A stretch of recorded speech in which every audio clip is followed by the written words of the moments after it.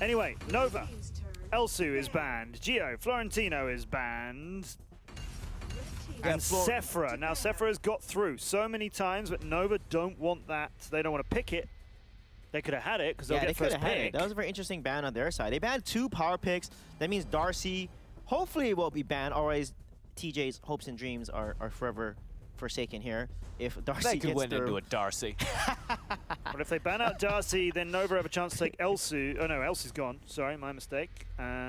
That would be so Varus, Richter, yes, are the obvious picks there. Maybe a Lindis, but I doubt Lindis will be first picked. GeO are taking a remarkably long time to think this through. I won the bet. I won the bet. So wait, let's make sure they pick Darcy first, and then I'll brag. I mean, there's 2 surprises here. Okay. One is that was Max, and 2, that 13 seconds passed before they put Darcy in. So the reason 08 was banned out against is because his Max is terrifying. GeO Esports are also willing to play into a Darcy with the double engage of Richter Varus. The one way Nova Esports win this match, according to previous history, is if they constantly disengage from team fights. Play it smart, play it steady. The game 1 they won versus GeO during their previous matchup was bloodless. The game 2 they lost to GeO was bloody. If they want to play this smart, Darcy Teamy need to play safe and slow. DJ. Uh-huh. I don't want to scare you, but last time they picked Richter, Elwin played it and didn't work out for their favor. So hopefully they're not running a support Richter. Otherwise, their they're in support trouble. Richter has looked terrifying. I'm 100% down with support Richter. Terrifyingly bad. You are misleading people right now.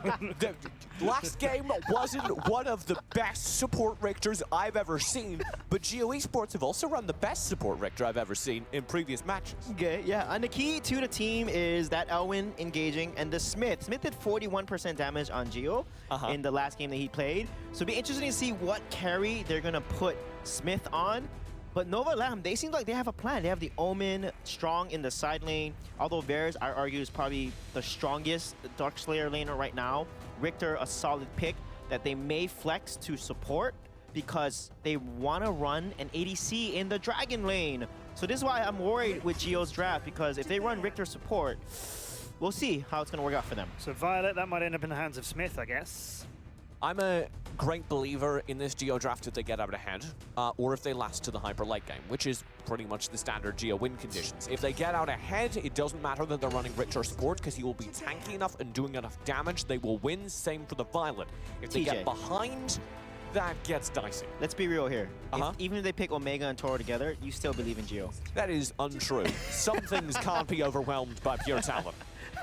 Okay, we have a Malik ban. We have Liliana ban. Yeah, Liliana being banned here. Now they can start targeting ADC specifically that they don't want Nova to run. We know that Sir Mustard runs a really good Valheim, so maybe Valheim could be that target ban against him, because that build that he has makes Valheim actually spike hard in mid, and then early late game he still does a lot of work. Oh, and they say they're going to go for the Joker. Getting rid of the Joker, I assume this will be a jungle Violet coming through. GeO Esports tend not to run side lane ADC too often. Yeah, and the last time they played, it actually played Jungle Wonder Woman. No Mercy, as we know, has a phenomenal and crazy scary Wonder Woman. So if they run that, that's actually really good protection for the Darcy, and then whoever they're going to run ADC. So I could see that happening in their draft here and setting up for that. Boom. Nova Esports, though, don't know that this is going to be a support Richter. They're still banning out Annette and other support characters as though that will be relevant. Superman might be picked here, potentially. If they're going to run support Richter, they have run Superman or Valheim. Superman would be put down in the bottom lane? Potentially, yeah. Which would mean Varus is up top into Omen, which actually isn't a great matchup for GeO. Yeah, it depends. I think it's a skill matchup. Varus and Omen, it depends. They can outplay each other, so it depends on who is going to be better at the trading there. I mean, I would have said a Lindis would come here, but it's GeO. Like you say, they don't do They have Violet already. They already well, I know, but if they were going to put Violet in the jungle... It's Bodum. Could be support, could be side lane. That actually super doesn't answer any of our questions. Yeah. But it does take the Voldem away from the pool that can be played by Shaka over on Nova Esports, and that is a victory. Yeah, I wonder if they're going to do potentially Wonder Woman. They could do also Murad. They could do Valheim with Murad, for example. But I think Wonder Woman or Valheim might be what they pick here. because it makes sense. And they just let the Darcy carry with the late game damage there and give him so much protection with Omen, Wonder Woman, lots of engage, lots of stuns, and Valheim having a stun as well. That could work out. So let's see if they decide to do that. Could also be a mage picked if we're seeing this jungle Darcy yeah, that I've you're been right. advocating for, but it looks like it will be the Wonder Woman into the jungle. Means it's a mid Darcy. I know my team, TJ. I know my team. Yeah, you're going to see them lose. Oh, they're going to switch it up. Oh. Superman Lindis There you instead. go. Never mind. I don't know my team. But this is a sprint Superman, as you guys know. Shaka is probably going to play the Teamy, and this Superman is going to be flexed on potentially 0-8. Sir Muster will probably play Superman, I think. Yeah, Sir Muster will probably play Superman in the Dragon lane. And that's going to be interesting because we know how good he is with Superman as well. But Lindis being picked is pretty scary there. 0-8 was good on Lindis last time these two teams met too. And complete things off for GeO. Oh, what? Not Oh, what I yes. would have picked straight away, but okay. What you don't understand, what you don't understand is that this Flash is an incredibly good initiator for the GeO Esports side. What they're looking for is Bold and Flash as a duo with the Varus, Richter, Violet to follow up. He's actually good in the Darcy. Yep. I'm not gonna lie. Flash actually is good. He can poke Darcy in the face and just fly away, or actually super speed away if I say it correctly. But then Darcy can just pull him back in again, Well, if you can If hit the him. timing's perfect. Yeah, if the timing's perfect. So which is not easy. but if you pull him in, he can just Cyclone and dodge that dimensional cube that's gonna explode. So Flash has some options here. Well, if you missed the Darcy play yesterday when we were getting it on a couple of our games, somewhat unexpectedly, then you're about to see some interesting play happen. And if GeO aren't ready for it, then this is going to go quickly. This is a against them. try-hard draft from both teams, though. They went all out in this draft. Both have really solid side laners, strong support, strong late game ADCs. Flash, not as strong late game as Darcy, but still very good once you get his build, and he has Apocalypse too. So we could dive into what this match means for both of these teams in terms of finals, but I think we'll get into that once we're halfway through this series, because there's a few like what ifs and other things to happen. It's not cut and dry, depending on the outcome of the entire series. So we'll find our way through that as we get into it. But for the first part then, for the first part of this best of two, Nova against GeO. Lots to play for from both teams. Nova looking to do what their European team have failed to do. They want to come out of a region on top here, and they are currently in the driving seat for that. Yeah, I don't know how to call this one. I do. I do. I already did. It's very simple. If Nova avoid the team fights, play slow and steady, outscale, they win. If GeO Outscale? Esports go into the team fights and dominate them, they win. Wait, did you say outscale a Darcy? How do you outscale a Darcy? I don't think that's going to work. Exactly. That's why Nova Esports will win if they avoid the team fights and outscale. But how do you avoid team fights? Against GeO, not very easily. Yeah. Okay. Well, there may be no team fights to happen in the game you're about to see, and instead everybody will just decide that we're all friends, and it'll be 0-0 at the end of it, but one team will knock a tower and a core down before the others. Or it could be a bloodbath in the middle of the Antares battlefield. For now, friendship prevails. GeO Esports poke out in mid, but don't find much, as overall sets to work with the good wave clear the Darcy has on offer. Yeah, and I love what Shaka did there. Got a full charge putty puts onto the mid wave. So allows, Darcy doesn't have the best clear early game, but they want to make sure that he can clear that wave pretty fast here, especially once he gets that dimensional cube powered up. One thing I want to note here is Sir Muster. So aggressive in the beginning, TJ. We're going to see a lot of that aggressiveness from that Superman in this game. If Sir Muster can get going, start invading early, pressing in on the Superman, it's very difficult for GeO to hold on to their own jungle. For other teams, that's devastating. GeO Esports have a tendency of winning bizarrely late-game teamfights, which definitely can come into play, especially against a roster like Nova that has occasionally struggled in those late games. Against a region like LATAM that has occasionally struggled in those team fights. Yeah, they tend to make bad decisions because they're overly aggressive. Ooh. And that's why Nova puts himself in a really bad spot, and that's what I do worry about in the late game, because GeO, they tend to be more focused and controlled, and that's something Nova, it tends to be more off the cuff. They look for an opportunity and just try to get, oh, look at that, Minji. Almost got that engaged from the bush from Richter. Shaka being sneaky on his teamie here, charging up his pooty poots fart. All just poking through in the bush, trying to find a little bit of vision, but Nova Esports are winning with this wave cut out. Sir Muster's been able to get very far in. That gives them zone control around Abyssal. Yeah, and look at this. He's getting low, though. He's getting big trouble. You gotta be careful. Elwind can't land the charge, but he does have a second opportunity. Here's the Abyssal, and GeO's in the area. He'll go in. No mercy. Does get the Dragon. Sir Muster as well with big damage, but first blood goes to Myth. Dominating No Mercy as Mangi slips back into the jungle. You actually still have this Darcy in trouble, as they overall had to portal away. Yeah, and who would have thought the team fight that loves to fight gets the first kill, and the team that's knowing better in the early game gets the Abyssal Dragon first. Good start. Now the dive in. GeO Esports, second kill over to them, and tower in mid is taking damage. Yeah, looking pretty good for GeO right now. They have the lead. They have 2 kills, slightly gold ahead, and now Nova, like you said, they have to try to scale and get to this Darcy to late game.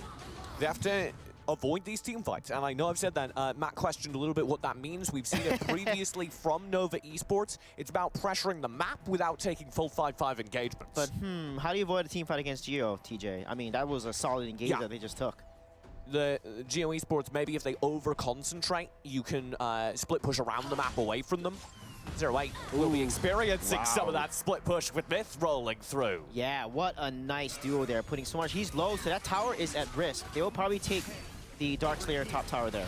Mangi goes in. He himself is pretty low, but Smith is there for the backup. GeO Esports have the defense of their own tower, and the first tower of the game over to them. Yeah, one thing that's scary, if this Violet gets ahead, if Myth gets ahead in his Violet, we know how much damage he does on his team, up to 40% of the team's damage, that he's going to outscale the Lindis, and that's a little scary for No Mercy here. The raw burst damage of Violet is intense. Very, very intense. And you can see here, they're positioning, looking for a pick, but GeO has a 4-man rotation. It's going to avoid that.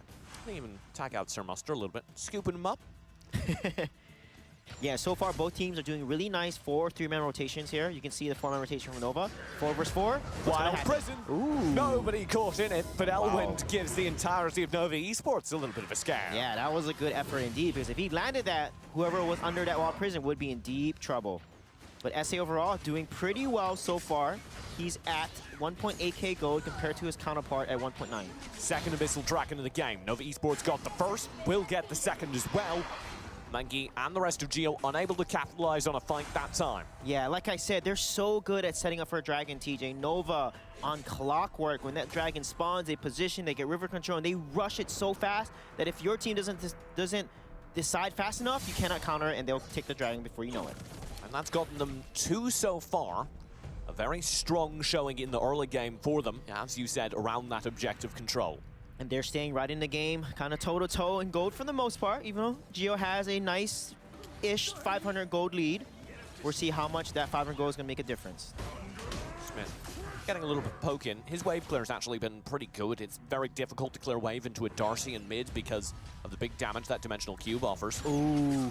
Smith will poke in on No Mercy. Elwind was in the area, but they didn't want to go for a full commit. They knew Nova were nearby. Wow, what a nice pick from the minion there. And look at this 4-man rotation to top to bottom tower. Shaka, that's deep in. He will get pushed out. The Wild Prison does land, but Myth is very low. The portal will drag him back in. And SA overall has the kill on the Darcy. They've even got the rest of the chase with Shaka landing a second stun. Sir Muster keeps going. He'll grab the second kill. Smith's gone. Sir Muster with that engage with Superman. What a nice play. But like him, he's back with the venom. The tower will fall, but they finally shut down Smith. 0-8 does land the chain, though. The lifesteal, Lycan keeps himself alive, but not for long enough. Man, Lycan came in and he got Death's Embrace locked down. Nice play by Zero getting the kill, but Sir Muster made that fight twice. Once you were engaged, getting Myth low, and then the beautiful dimensional portal from SA over pulling Myth back in, and then Myth is dead, and that was how they won that fight and took that tower.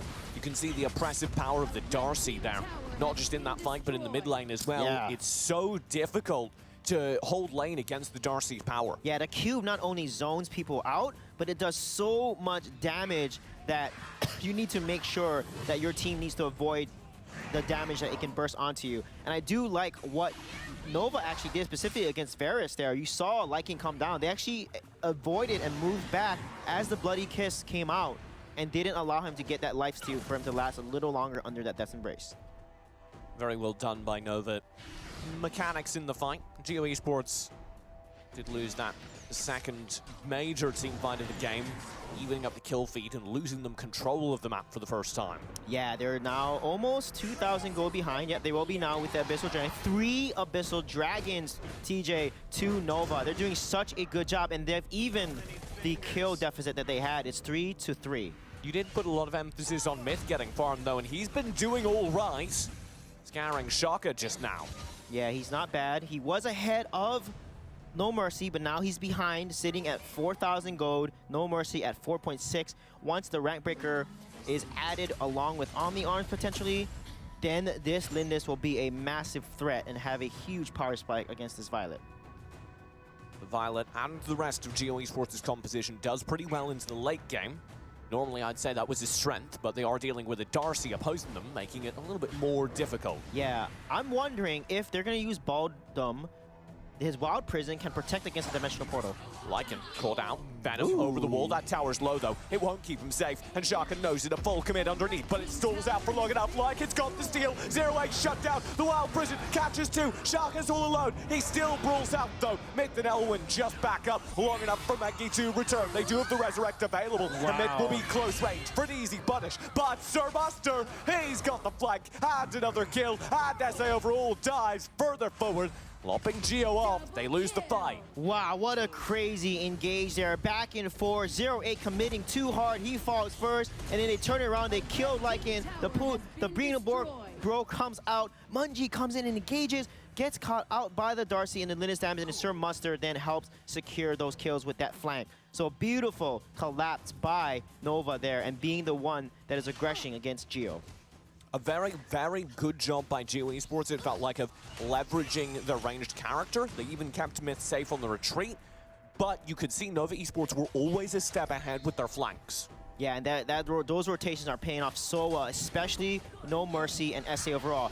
That is the beauty of the Nova team here. The way that these two work together and how they're rotating, taking objectives, getting ganks, getting the members low, that gives them such an edge in a lot of the team fights. Because when they can get someone like Lycan so low that he has to start retreating, they won that fight. Lycan will go down to the bottom lane right now, not retreating anymore, farming up, trying to get himself into a better position come the next team fight. Yeah, oh, Death's Embrace.